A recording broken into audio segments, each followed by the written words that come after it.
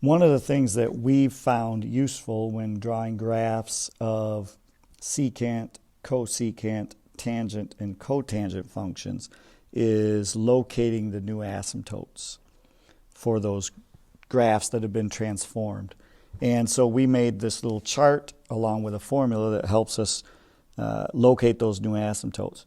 In a quiz that we have coming up, you're actually going to complete some multiple choice questions where they ask you to find two vertical asymptotes, just as you can see over here on the left. We're asked to find two vertical asymptotes. So let's practice doing that. I'm going to focus on number 23 right now. And for number 23, this is a secant graph. So that means I'm going to focus on this part of my chart here. And I'm going to relocate the original asymptotes at negative pi over 2 and pi over 2. And I'll use this formula to calculate those new asymptotes. So the first thing I like to do is get organized. I need to identify the value of k for my formula. And as we've learned, k in this problem is going to be 1/2. That's the multiplier on the independent variable theta there. And then we also need the phase shift. We've been calling that PS. The phase shift is the opposite of our C value here. So that would be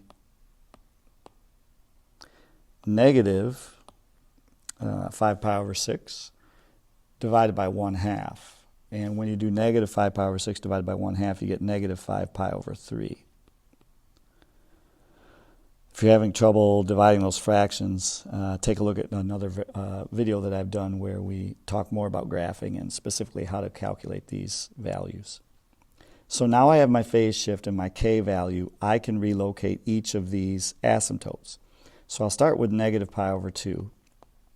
And we're going to divide that by 1/2 and then add on a negative 5 pi over 3. Well, negative pi over 2 divided by 1/2 is really just negative pi. So I'm going to do negative pi plus negative 5 pi over 3. And negative pi is actually negative 3 pi over 3. So this makes a total of negative 8 pi over 3. Now I do notice that negative 8 pi over 3 is one of my choices in option C here. So I'm hopeful that that'll be the choice. But let's compute the other one just to make sure. So for that one, I'm going to do pi over 2 divided by 1/2, which we know now is just pi. I will write that as 3 pi over 3, even though it's still pi, so that I can add in negative 5 pi over 3. And when you do that, you get negative 2 pi over 3. And that is the other option in choice C here, the other asymptote. So we are going to choose choice C because we've selected negative 8 pi over 3. I'll just highlight this with a little yellow background. And negative 2 pi over 3 as our asymptotes. So to attack these problems, we use a combination of our chart here and our formula to identify those new asymptotes.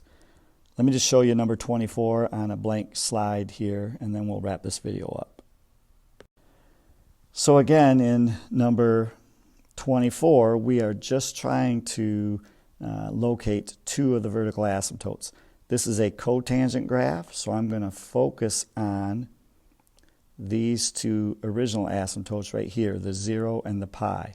Again, I'll use the formula O divided by k plus phase shift. So I need to identify what k is. For this formula here, for this function here, k is 8. And the phase shift is positive 7 pi over 4 divided by 8. That is 7 pi over 32. That is quite a fraction there. Okay, so let's relocate these two asymptotes. First, we're going to do 0 divided by 8, which is 0, plus 7 pi over 32, which equals 7 pi over 32. So that is one of our new asymptotes. It looks like this is probably going to be letter C again. Let's just relocate the other one and make sure. For the second one, we have to do pi over 8, because I'm doing pi divided by k, plus 7 pi over 32. And I have to add that up. Well, pi over 8 is the same as 4 pi over 32. And I'll add in the 7 pi over 32 and get 11 pi over 32. And that is the other choice in item C, so this one turns out to be an answer of C as well. Just a coincidence that 23 and 24 both answer C. But all we did is we relocated the asymptotes 0 and pi to their new positions, 7 pi over 32 and 11 pi over 32. So that's locating asymptotes. If you have questions on this or anything else, you know where to find me. In the meantime, take care.